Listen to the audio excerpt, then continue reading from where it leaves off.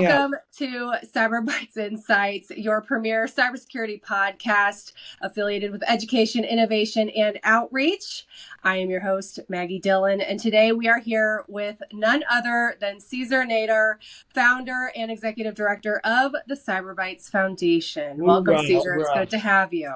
Hey, Maggie, how are you? Hoorah. Good. How are you? Outstanding, motivated, ready to Awesome. go. We've been wanting to do this for quite some time, and I'm really I know, right? excited. And we have a lot to talk about. For those of our listeners who are not familiar, I'm going to do a brief introduction.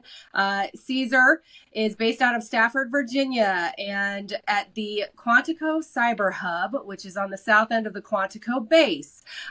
Cesar is also president and CEO of X Corp Solutions, decorated retired U.S. Marine with over 20 years of military Hoorah. experience, completed a dual MBA in business administration and supply chain management from the Naval Postgraduate School, and before that obtained a triple major from Norwich University. So I could All right. keep going on, but I'll stop there. You're just That'll such a work. great person and well-rounded, and I wanted to make sure everyone knew a little bit more about you. So Maggie, thank you. Thank you very much. That was a great absolutely. introduction. Appreciate it. Absolutely. So tell us a little bit, for those who are kind of new to who Cyber Bytes is, tell us a little bit about Cyber Bytes Foundation, what the overall mission is. Great question. Because I'm a Marine, I try to keep it simple. So I actually put it on a colorful foam board to make sure that it was very clear and simple. Cyber Bytes Foundation is essentially a 501c3 nonprofit focused on three things: education, innovation, and outreach. The mission gets a little more deeper if you want to read through it, but that's not important. What's important for our folks here is that CBF is absolutely dedicated to not only helping national security challenges in technology, but also helping individuals who are trying to figure out how to get their technology innovation to market, or helping individuals who are trying to break into the technology fields like cybersecurity, AI, blockchain, etc.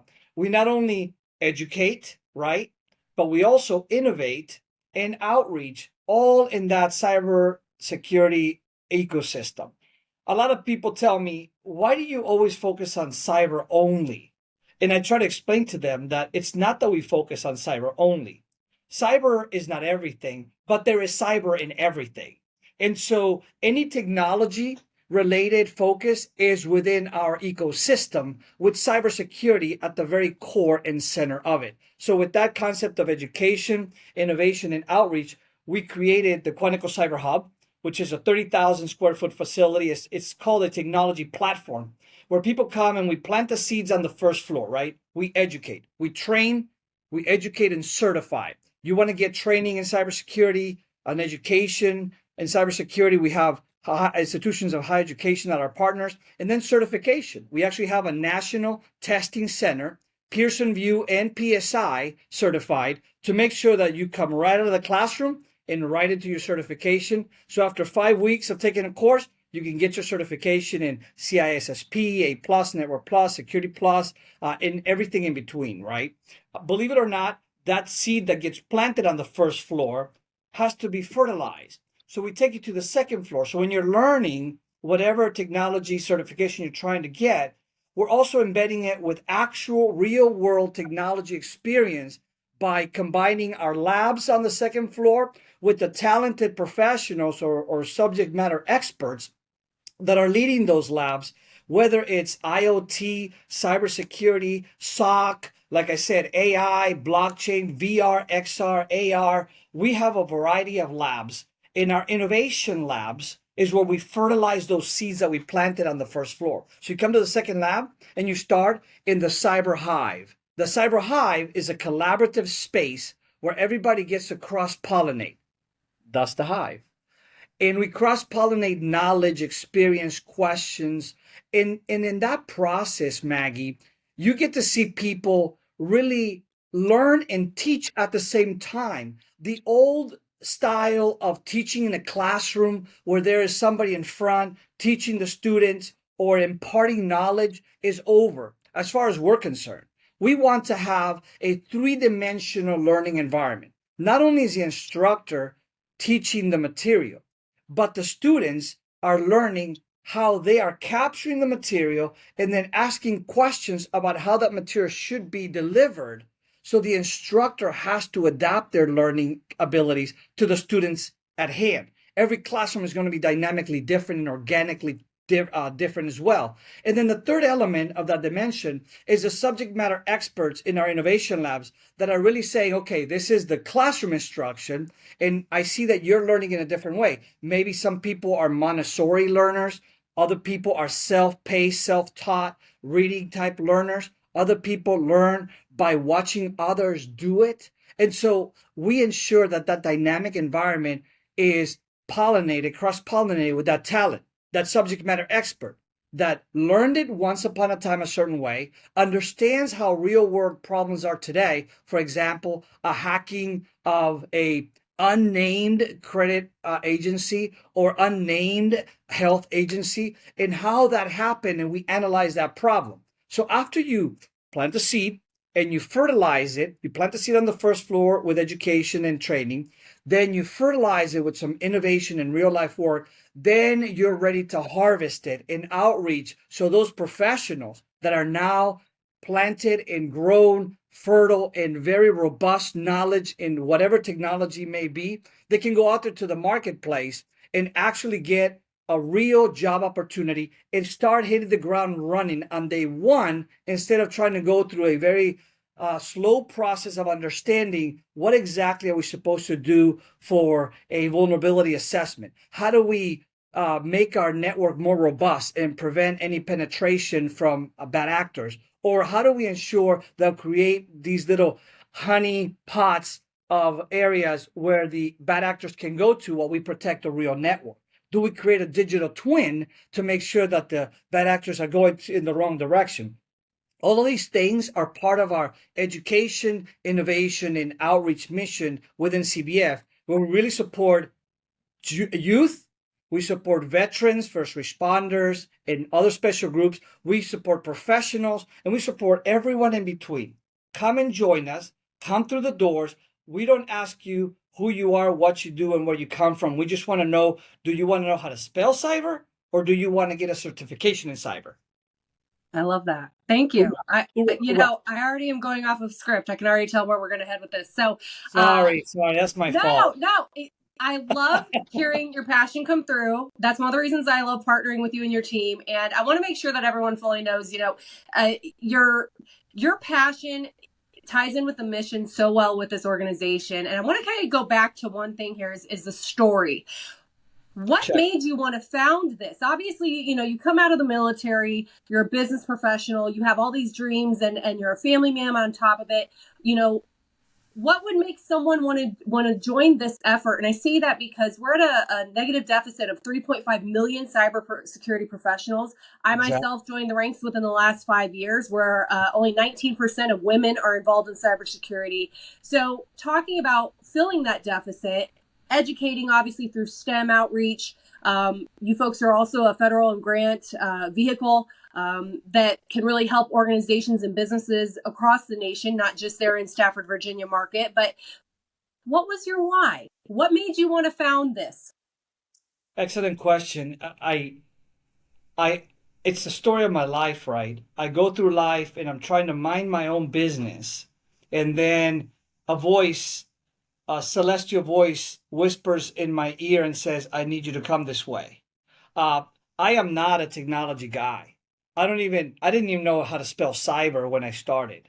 I wasn't meant to be involved in creating the largest cybersecurity center in a hub zone in the state of Virginia. It wasn't my call, but it was something that I had to do. It was the consequence of running my company, X Corp Solutions, which is a for-profit company, and winning a contract that we won with an agency for about $50 million. In that contract, there were so many labor categories related to these kinds of jobs. One of them in particular, I remember clearly, it was a cybersecurity counterintelligence SME. Go to 2018 and find out how many of those were there. You just mentioned the shortage in the market, and you yourself are an example of how you transition from one industry to another because you saw the potential. But it is a challenge to enter that workforce, especially for women. And you made a great point about that I'd like to engage in later. But when we won the contract, we had to fill in 70 plus positions. And the 7 partners that were subcontractors to X Corp Solutions who won the contract couldn't deliver, some of them, not all of them, couldn't deliver on some of the positions, the very specific positions. Some positions had very unique qualification requirements that didn't exist in the market. So we had to create them. And where do you go when you're a contractor, a small business government contractor? We were probably about 50 people, and all of a sudden we just tripled overnight, right? And we have this contract with 7 different locations across the world immediately, and they all have to be filled in within 30 days. Right.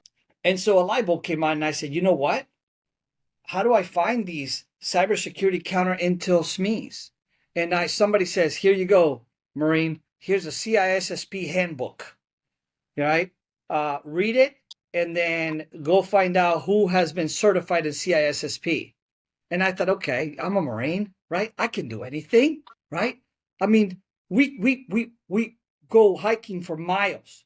We go into the fire, and we storm beaches, and we come in from every angle. Say, I got this. Well, I looked through that book, and it was very intense. I think I got through like page 5 before I realized that this is a different language. I have no clue. And then something in me said, you know what, Cesar, why don't you start a classroom and start to train people so you can deliver to your customers the best quality individual? Why don't you go ahead and plant your own seed? Start from scratch. You know nothing about technology, but in the end, it's a process, right? It's a system that you need to decompose and then figure out what step 1 through 10. And that's kind of how it started. It was the idea of a classroom where we would teach CISSP for these people we had to provide to our customers. And then we would start to create the environment where not only are we teaching the material, but it is teaching the material based on who we are serving, right? That's the whole fertilization process. If you're just going to teach in a vacuum the material, then you're just going to create robots, right? You're going to create an AI process that says, do this if this happens. And there's an algorithm that tells you, hey, how would you go about making a decision, right? If you have a decision tree. But we want it to be more purposeful. So we created this process of teaching with the intent of what was our national security responsibility. Believe it or not, I was in Stafford where the Quantico Corporate Center was having, a sale on land. And I thought, well, I'm in real estate. I've been in real estate since 2007, love real estate. And I bought a piece of parcel, 3.5 acres. And I said, you know what? By the time I rent a space, fill it up, furnish it, and pay a lease for the next 5, 10, 15 years, I might as well build my own facility. I mean, it's just a house, just bigger, right? I mean, how hard can it be to go from flipping houses to Famous last words. yeah, to building a building? Well, I learned that the hard way, but we built it, and we realized that as we were building it, other partners, other contractors, other customers, other government partners were having the same problem. Hey, I don't have enough of this, and I don't have enough of that. So we became sort of a cyber arc, right? Hey, I need 2 of each at any given point. And we started to build that consortium, which is now called the American Cyber League, which is one of the elements of the Cyber Bytes Foundation, I'm sure we'll talk about later. But it ultimately became kind of a collaborative environment of individuals, small business, government partners, academia, who were looking for the answer to your point, which is a shortage in the market. And that's I'll stop there because it goes on from there. But that was kind of the beginnings of that process. And once we built the facility, we realized that everyone wanted to be here. So we created the Cyber Bytes Foundation as a nonprofit, so it would be agnostic, unrelated to X Corp Solutions, to make sure that it was a place where you could come in. And we have 3 basic rules. You can give us your name. We won't ask you what's your title, where you come from, and why you're here. Just tell us, do you want education, do you want innovation, or do you want outreach? The second thing is we don't sell anything. We are just going to show you what we have in technology, in talent, in certification opportunities, and you decide if this is where you want to invest your funds, your time, yourself, and being part of this environment. And the third one is we are not going to tell you that we have the answer for it, but we are going to explore and make sure that we can get you the answer to it. So we never say no, but we don't say yes. We just say, let's work on it together. Mm-hmm. I love that. I love that. It's interesting hearing you kind of break that down. And as we go through more of the podcast episodes, one of the things that I really want to make sure that the public at large knows, obviously the Cyber Hub itself is definitely geared more towards everything that you've said. But when we talk about times are kind of scary right now on a global scale, a little bit on the national scale, we're really, really passionate about national security here at home. And a lot of the people that I speak to in my own portfolio and make connections with, they're always saying, what new innovative ideas are you hearing about? Because I tend to have these one-on-one conversations with people like yourself, and obviously wanted to really partner with you because I'm also very passionate about this mission. Wow. And when we start talking about 3-5 years from now, where do things go from here? And I say that because we really want to partner with the best of the best and the biggest of the biggest of people of like minds and people that are really about protecting and serving and educating at the same time for our children's children.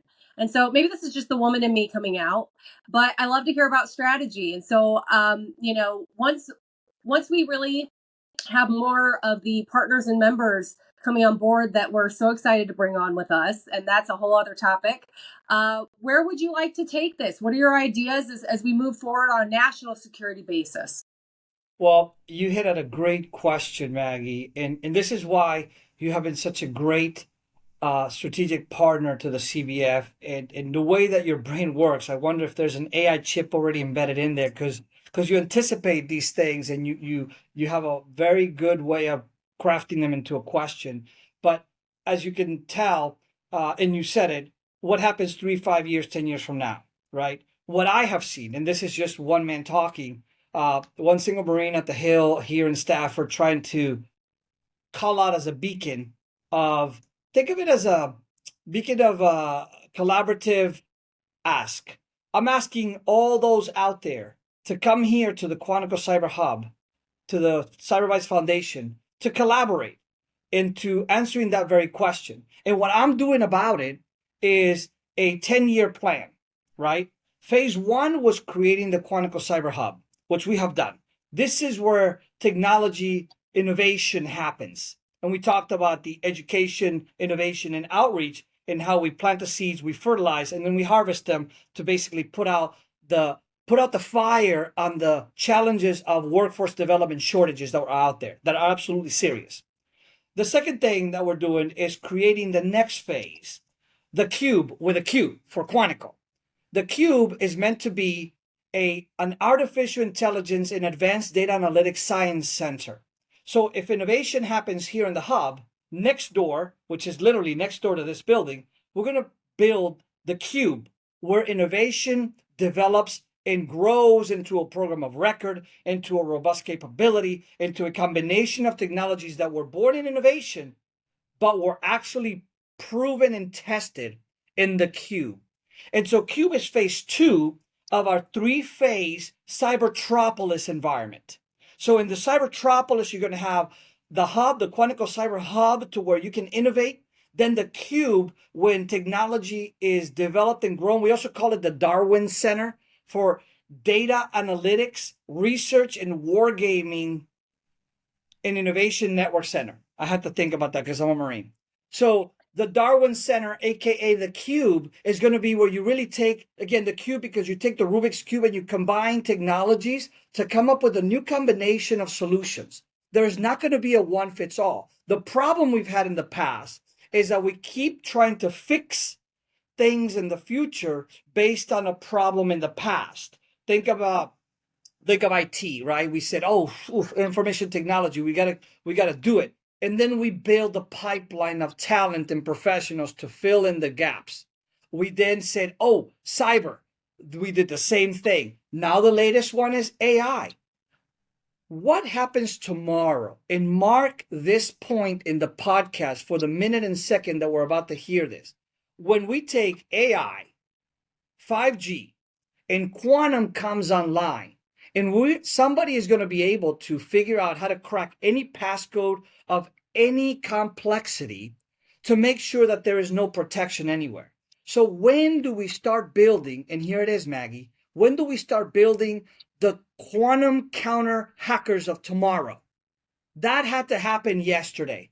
And I've been sounding the beacon to say, come here, because we need to build the curriculum and develop the technology to build the quantum counter hackers of tomorrow today, so they know how to counter those moves when everything is going to be connected to 5G or 6G, and AI is going to be able to do it automatically. And then we have quantum, the processing of quantum speed is going to take on a whole new level of national security challenges. So you heard it here. And my call is, let's start building the PhD level SMEs for quantum counter hackers, and then build a classified curriculum. So we actually do this at the classified side of the house. Now, get back into phase two, the cube. This is where we're trying to create this combination of technologies, and how do we take what we have now and anticipate tomorrow's technologies. And then the third piece of that cybertropolis is the village.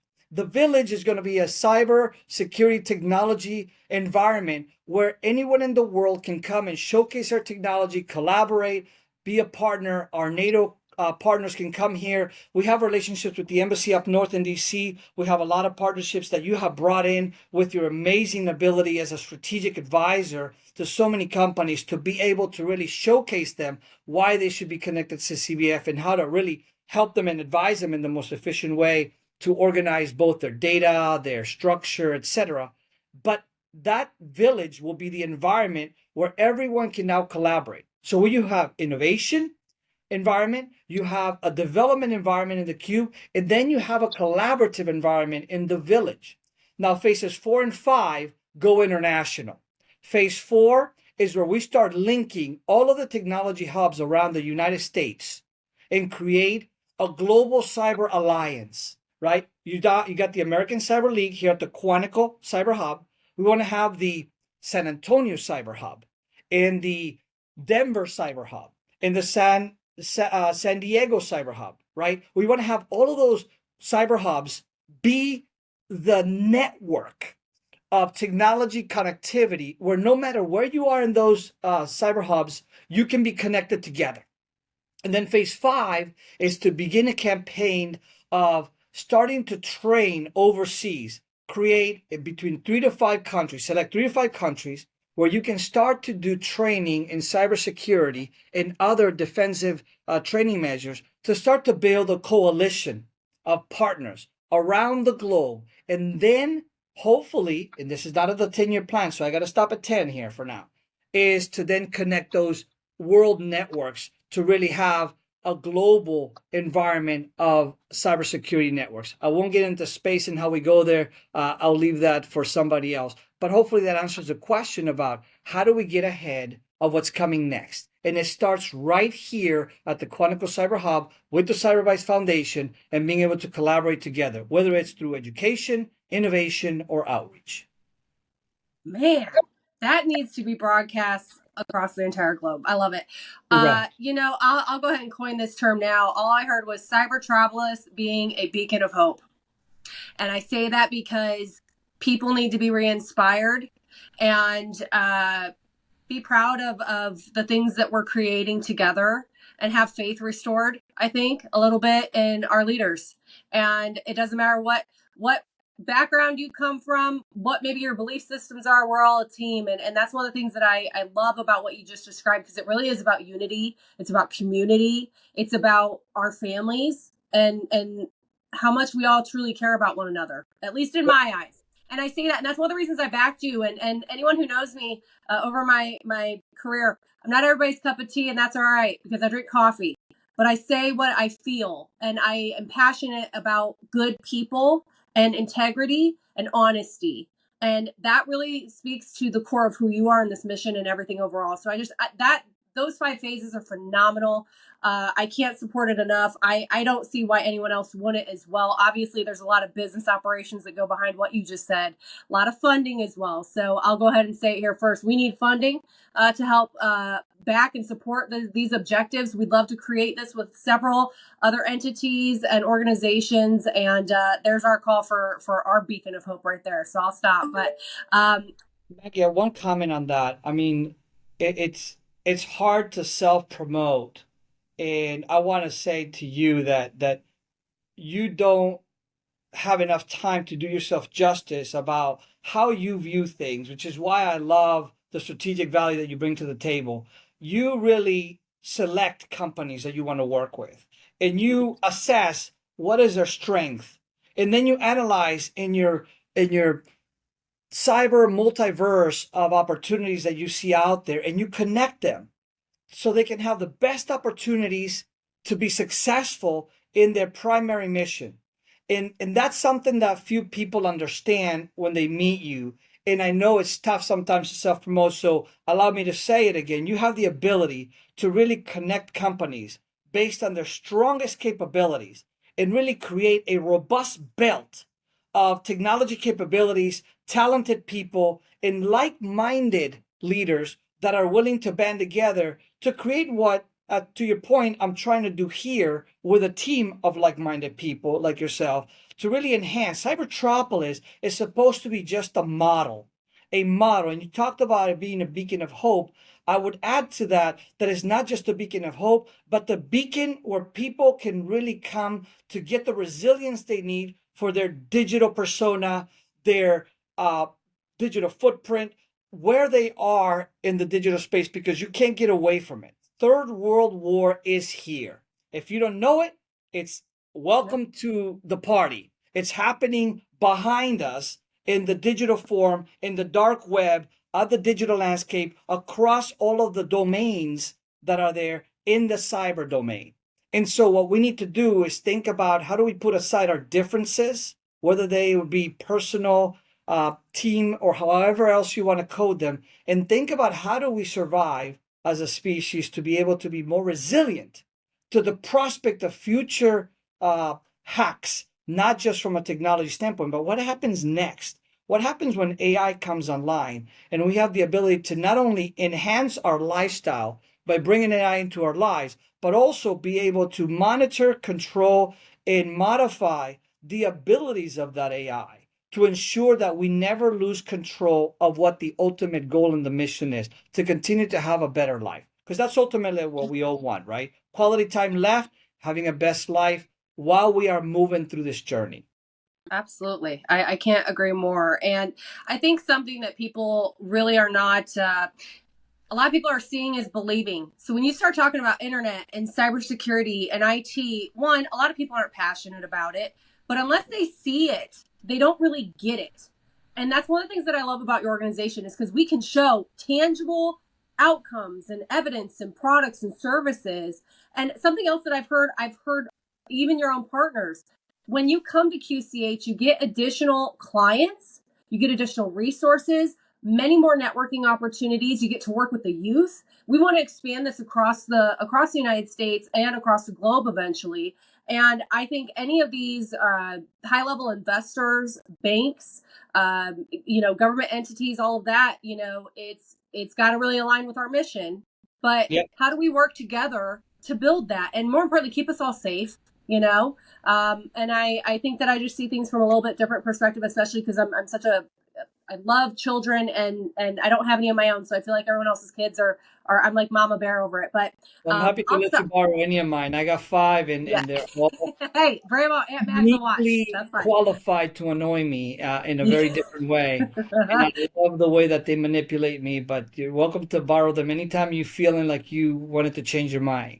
Yeah, no problem. I love to babysit. It's as long as I can give them back, we're good. Let me add something to the point of different industries. So you talk about the financial sector. Fintech is a huge challenge for financial companies, and being able to not only protect their network but also provide the same level of customer access, uninterrupted, friendly, without having to get those calls. You get, hey, we have to shut your account down because there was a charge that we thought was a malicious or a fraudulent charge, and you have to go through the process, and now you're bothered by it, and you ask yourself, do I want to be with this bank, and why are they bothering me? So every industry can find themselves in here and see a value proposition that's going to enhance their services, their products, their methodologies, and overall how they conduct business with their customers. We literally have a part of the facility here that deals with latency in the transfer of information.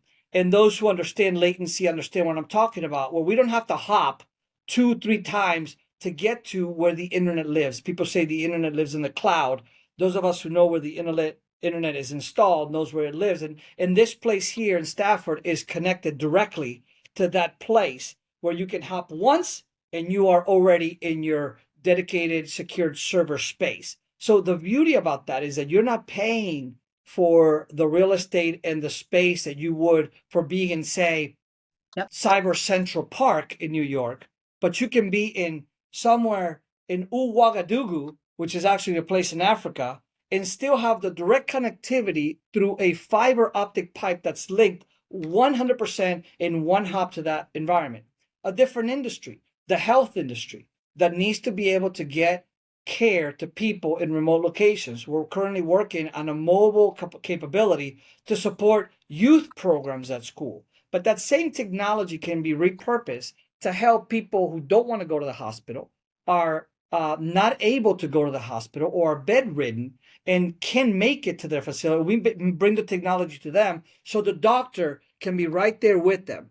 And the difference with the typical health care right now, that's a med health and a digital health that people do, is like we put together a kind of VR experience.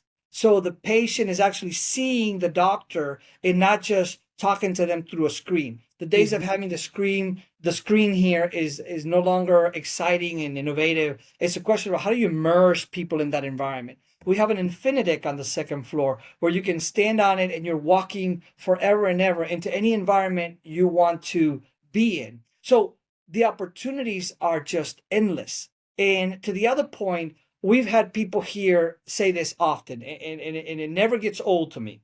People say, when did you build this? I mean, we didn't know this was here. This is amazing. Man, my brain is exploding with ideas. It happens every single time we have anyone come here and we give them a tour through our Cyber Chuck E. Cheese labs, and they get to be so excited that their child comes out and they want to just start thinking and imagining new ways of combining the problem they had when they came here with the variety of solutions that we have to support that problem.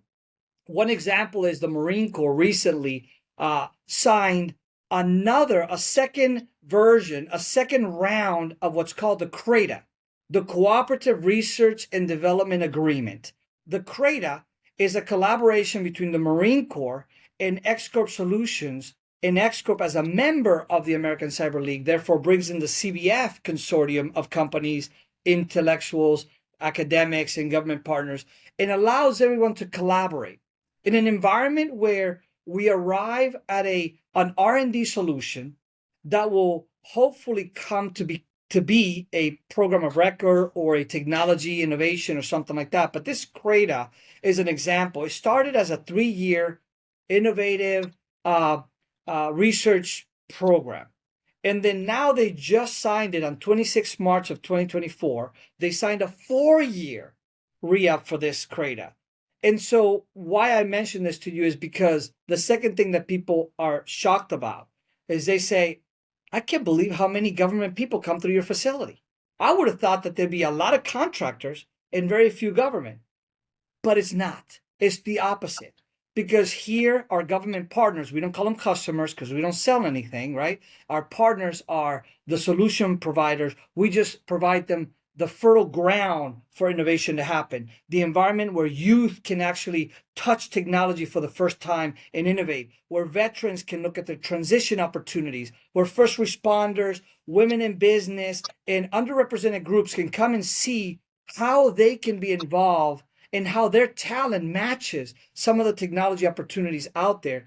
And we see so many government people here at our Cyber Cafe, which is co-located in the building, at our Cyber Labs, in our Cyber Academy. And it is kind of a reunion. Everybody comes here, gets together, they talk about what they were going to talk about, they go for a little bite with an I, and they come back for a little bite with a Y, and then they just kind of blend it all together, and maybe we do a little salsa in between. I'm getting hungry just talking about bites. So ultimately, it is an environment where people really end up finding the answer to their problems that they've been talking about. And instead of going to one contractor or a company who may solve it, they come to the Quantico Cyber Hub, they talk to CBF and say, here's my situation. And we just put together a number of solutions for them that ultimately solves hopefully their question, and then gets them on track to try to figure out how to solve that problem. I love that. I love that. And it's, kind of going back to some of the things that you were talking about. You've got a summer youth program that's getting ready to launch here. And I know that you're really excited about that. You had great success in previous summers. I saw an outstanding video of your drone camp that you did of students building their own drones. And oddly enough, the video was all girls, which I loved. And, so tell us a little bit about your youth summer program that people still have time to sign up. Tell us a little bit about that. Yes, thank you. That's a great point, and it is kind of one of the things that touches my heart. The two things I tell people that are just dear to my heart are veterans and kids. In our youth program, which you can find on our website, if you go to cyberbytesfoundation.org and you mouse over the menu bar to the Cyber Bytes Academy, under there's a drop-down menu that says Youth Summer Camps. And our program is called Cyber Titans. I'm a fan of superheroes, and the Titans Go is the kids of the superheroes that I grew up with: Batman, Robin, Superman, Cyborg, Wonder Woman, etc. All of these amazing superheroes, and they have these kid versions of themselves, and they're called the Teen Titans. And instead of stealing that because of copyright issues, I said, you know what?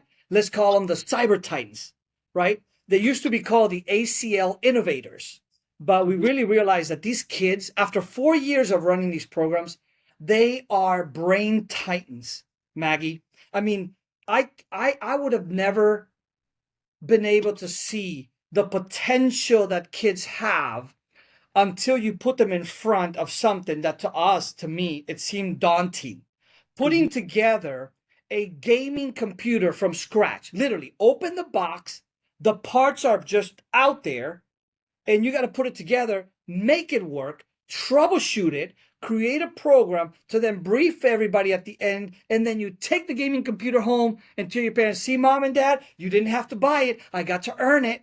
All you have to do is send me to the summer camp. So we only have 16 slots per summer camp. We have only 10 camps total, right? 16 kids per camp. We have a build your own gaming computer camp, build your own drone camp, build your own 3D printer camp, where when you build a printer, it doesn't come complete. You have to print a part to complete building the printer. So it's literally like crisis management and problem solving, the things that we know we want our kids to learn, right? Executive skills, coping skills, problem solving skills, briefing skills, communication skills, all of these executive skills to really hone in by using technology. And they think they're having fun and they're just gaming and having a good time. We're teaching them how to do problem solving, how to innovate with technology. And in the process, Maggie, some of the things that we've learned as these summer camps have evolved is that technology is the greatest equalizer for any so-called special needs kids. We have had here kids with autism. We have had shy kids. We've had underage kids, and I can tell you stories about them. We had a little girl. She was 8 years old. Our instructor, good friend of mine, owner of a great company, EEC, he offered to do the instruction because we lost the instructor for the class. And his 8-year-old daughter, beautiful little black girl, needed to come with her because Mom was working. So he said, come here, sweetie, just sit on the table and watch me do the instruction. And we just so happened to have another table with an extra computer. Maggie, the girl starts building the computer, finishes first before anyone else. In that moment, we realized how limited we were in how we were offering these camps, that age is not a factor. Disability is not a factor. Gender, race is not a factor.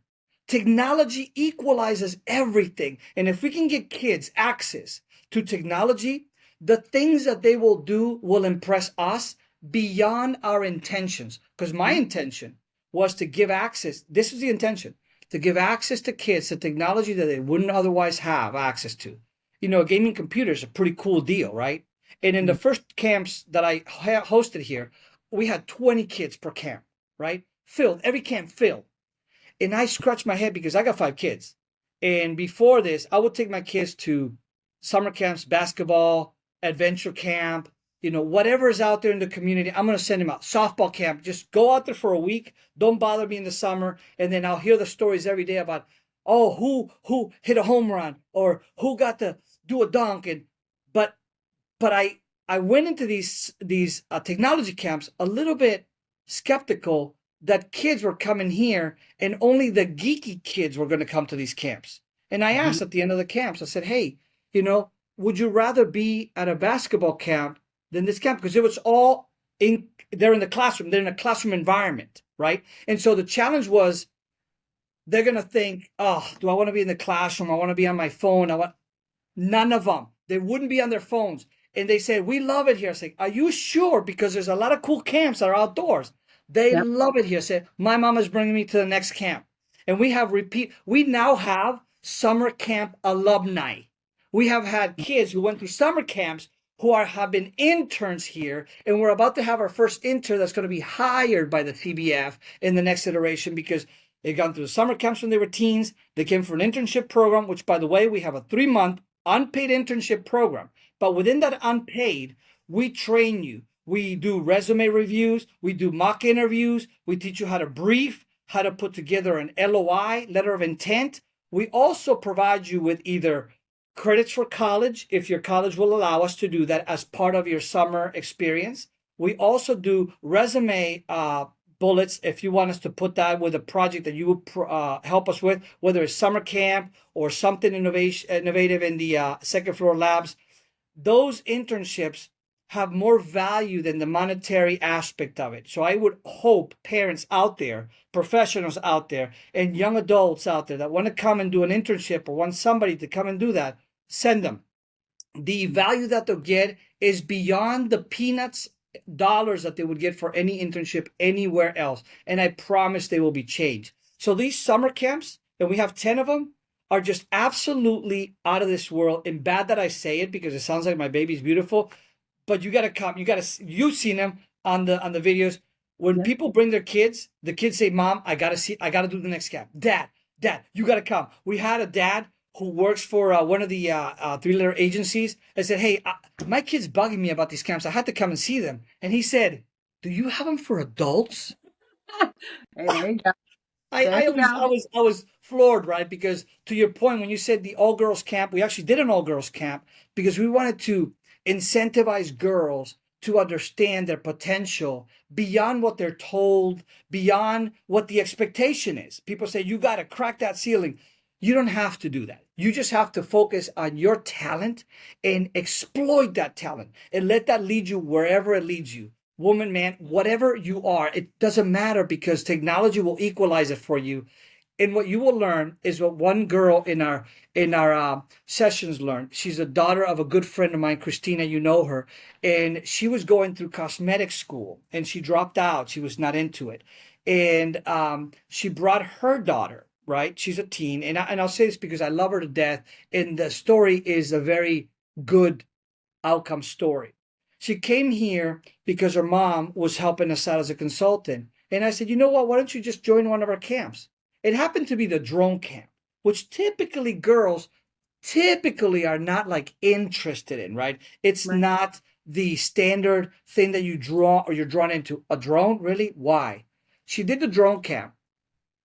When she finished it, she was crying because she finally understood why she has always been so connected to her grandfather, who happens to be a Vietnam Marine, who I know, great man, Christina's dad. He was an engineer, but she didn't think that she had it in her because, see, the word engineer is just too much. It says math. It says I can't. It says no. It has the word engine in it, and I don't know anything about an engine, right? She did the drone camp, Maggie, And she revolutionized her whole life. She said, you know what? I want to go to college and I want to get into computer science or something related to engineering because now I realize it's not that hard. When she saw the technology in her hands and she was able to just put it together without thinking about what it's supposed to do and how hard it is, she was able to make it happen. And in our girl camp, we had this amazing opportunities to bring girls from Florida, an orphan nonprofit of girls who were rescued from prostitution and pimps. And this guy, amazing guy, and I want to be respectful of the institution and his name because I haven't had, I didn't ask that. I didn't expect to say this today, but he brought 20 girls, I believe, here to do a blockchain camp. Those girls on day one, you can tell they're like, what is this? I don't care. They got their blankets on in the classroom. Some of them are just sleeping. They're just like this. You know the drill. Like kids are just like, oh, whatever, right? What kids during COVID, learning online, pretending to pay attention. By day two, you can see their postures changing. No more blankets. Day three, they're collaborating on how to create their cryptocurrency. These are orphan girls from Miami, have never been exposed to technology. They came here to DC to visit the monuments. And the best experience they got was that they were able to leave here creating their own cryptocurrency through a blockchain camp. By day five, they're briefing their currency and the founder's like, can you come to Miami and do another camp? We went to Miami, took the camps to them, and did a VR camp. So if anybody's interested in us doing a camp for you and being able to fund it so we can take it to you, look, we don't make any money on it. We just want kids to have access to the technology. So anything you can do to collaborate with us to help us increase our Cyber Titans program, we want to take it everywhere across the nation. I love that. Wow. Hoorah. I want to talk to you, say something that you mentioned with the power of ripple effect. So the video that Christina's daughter created, I actually sent to my 17-year-old niece who has just started college. And I asked her, I said, what are you going for? Well, I'm just going to get my gen eds out of the way. I said, okay. Well, I sent her that video. 2 days later, she says, hey, can I come over and have dinner? I want to talk about what it's going to take for me to work for you.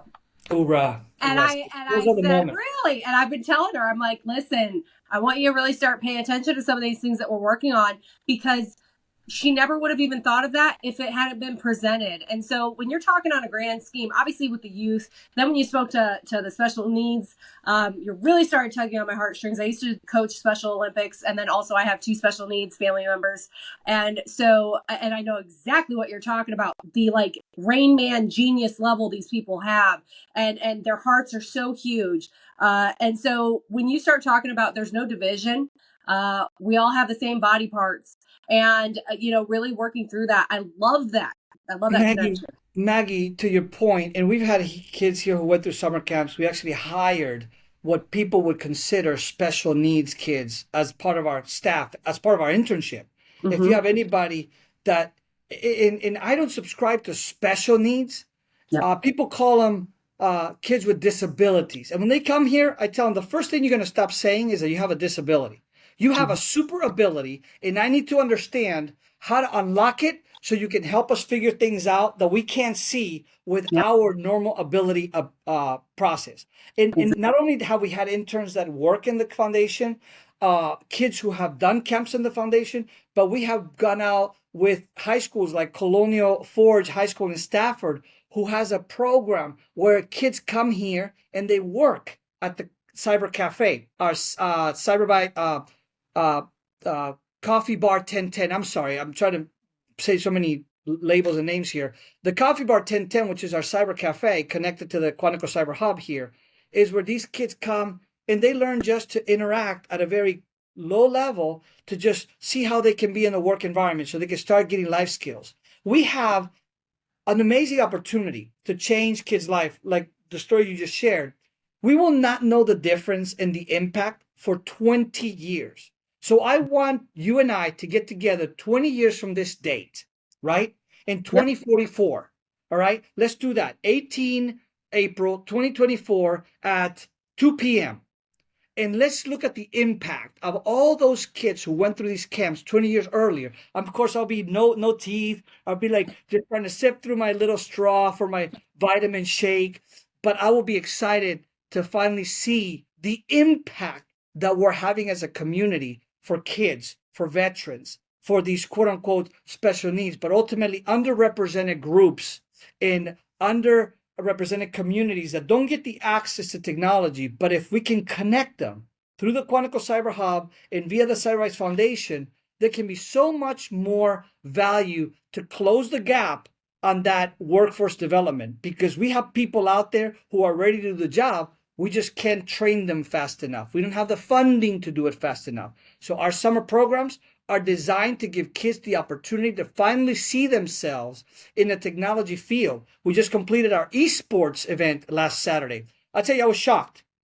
I was shocked that there were 50 plus people. I say people because I've never seen kids competing with adults, and the playing field is so level that you can't, I mean, talk about competition without any restriction. Mario Bros, Mario Smash Brothers. And I'm sorry for those gamers out there if I'm screwing it up. I just learned that there's something called Discord, which is a channel where they all talk to each other. It's like a digital, gamers Facebook environment. And I know I'm insulting them, so I get a lot of bad reviews for that. But ultimately, it was such an exciting environment. It allowed us to start thinking about how to create an esports program here, so we can showcase how esports can create an environment for career opportunities for kids and adults, everyone in between, and really map out how those career opportunities can be the future of this workforce development gap that we so much have. Job Corps, sorry, but Job Corps is another environment where we don't tap them enough. In the Job Corps, if you go look at what Job Corps is, it's really kids, youth at risk, teenage kids at risk that are given very limited opportunities. You can go and get air conditioning, AC, HVAC, all these basic, typical, old school certifications, so you can go get a career. Now we can open the floodgates of technologies with our youth programs and really bring in not only summer camps, but we're creating the after school program. We want to create a train the teacher program so we can go to schools and supplement and augment teachers who may not have what they need to teach kids the fundamentals of IT or security plus, network plus, A plus certifications, which are the basis for a cybersecurity degree, and really help them ensure that they can teach to the core kids while we try to grab the advanced. And then we also help the ones that are not so developed in technology knowledge, and support the teachers that sometimes are overwhelmed with the amount of information and curriculum they have to impart. And kids are already ahead, right? Because kids come in with chips these days, right? The generation Zers and the Zoomers and the Boomer, well, not the Boomers, the Zoomers and all these other generations that are already just technology savvy. Finally, the Job Corps is another program we want to fund, to be able to go to Job Corps with technology opportunities for those kids, to let them experience what it feels like to put together a piece of hardware, to know how to develop a software, and to see what talents they have for the future of their career opportunities in technology. Absolutely. I love it. You did such a great job of explaining that and breaking it down. And we're going to be wrapping up here as I look at the time we've got left. I know you had mentioned potentially taking us on a tour, and if you would like to do that, we can do that. If not, no harm, no Maybe foul. we can do that on the next episode of CBF in Motion. And we can take you all around. We'll go from here. We'll walk right out. I won't tell anybody. And we'll just go see what are people doing at CBF and what exactly is this whole education, innovation, and outreach. Yeah, well, you have to see it to believe it. We just talked about that earlier in the show. So I want to make sure people get a good, for anyone who doesn't live local, if you want to see what we're talking about here and why we want to connect with other consortiums and other hubs, this is the reason why. This is what we can offer. I know there's a few things that keep me up at night. I'm going to end with this final question, and I'll tell you what keeps me up at night. This is one of them, and this is a true answer, and this is not salesy at all when I say what I'm about to say. A mission like this, and talking about children and kids, and then talking about adult camps and national security, and just hearing someone's passion from an entrepreneurial standpoint, to not receive the support and funding or sponsorship or partners or members keeps me up at night.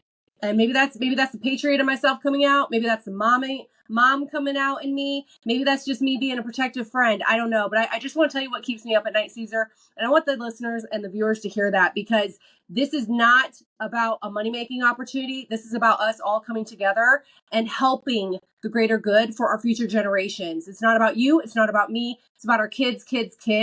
And if we don't all come together now, it's going to be a big issue. So back to you. Final question. What keeps you up at night, Cesar? Well, Maggie, I can't believe you got me speechless, but you stole the words out of my mouth. I mean, and it's not the mom in you. It's the professional strategic thinker and professional strategic advisor in you that sees it coming. It's literally not having that funding to really reach out to not only kids, right? We talked about kids a little bit. We were only able to scratch the surface on this episode on that category of talent. But it's about veterans coming out of the military thinking that if they were motor T, they can only do motor T. If they were aviation maintenance, they can only do aviation maintenance. I met a mechanic who was working at Ford, former Marine, young guy, 25, loves his job, making $40 an hour. I said, what's your dream? Oh, I would love to be a space engineer. It's like, why aren't you doing it? Because this is what I'm good at, he said. It's like, no. I said, no, I need you to quit your job tomorrow, and I need you to come with me to see and experience what it's like to be at the Quantico Cyber Hub, so you can then realize that, wow, I have been limiting myself. It's not about the kids. It's not just about the kids, just about the veterans. It's about first responders, women who are out there, hitting the pavement, trying to showcase their talents and being owners of companies, senior professionals in companies, talent working up the ladder. And if they can just get the opportunity with the technology credential certification, they could just rock their company and tip it, the tipping point concept, to take it to the next level. It's about underrepresented groups. Forget about just minorities or race. Talk about groups that don't get to have access to technology, kids or adults. Think about professionals. Like you said, you transition in an industry mid-career, mid-life, and said, you know what? I need to be in this. What keeps me up at night is exactly what you said. Not knowing how to bring in more funding so we can pour it back out and do what we already know we're good at. We have the facility, we have the trainers, we have the technology, we have the talent, and we have the process, which is critically important. A lot of people talk and plan, and only professionals implement and execute.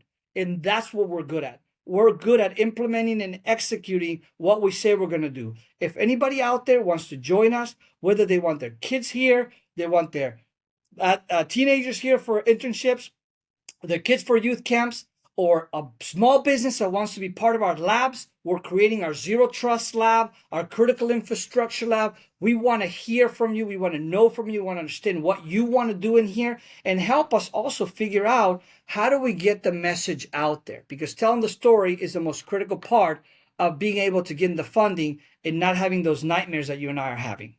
Yeah, absolutely. Absolutely.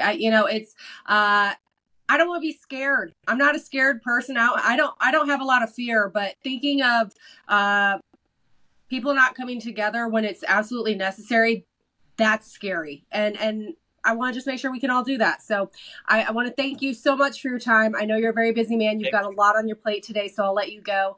Obviously, this podcast is a production of the Cyber Bytes Foundation. Final word, Cesar, as we sign off here. Remember, education, innovation, and outreach. Come to the Cyber Bytes Foundation and let us know how we can help you. Awesome. Thank you so much. Semper Fi.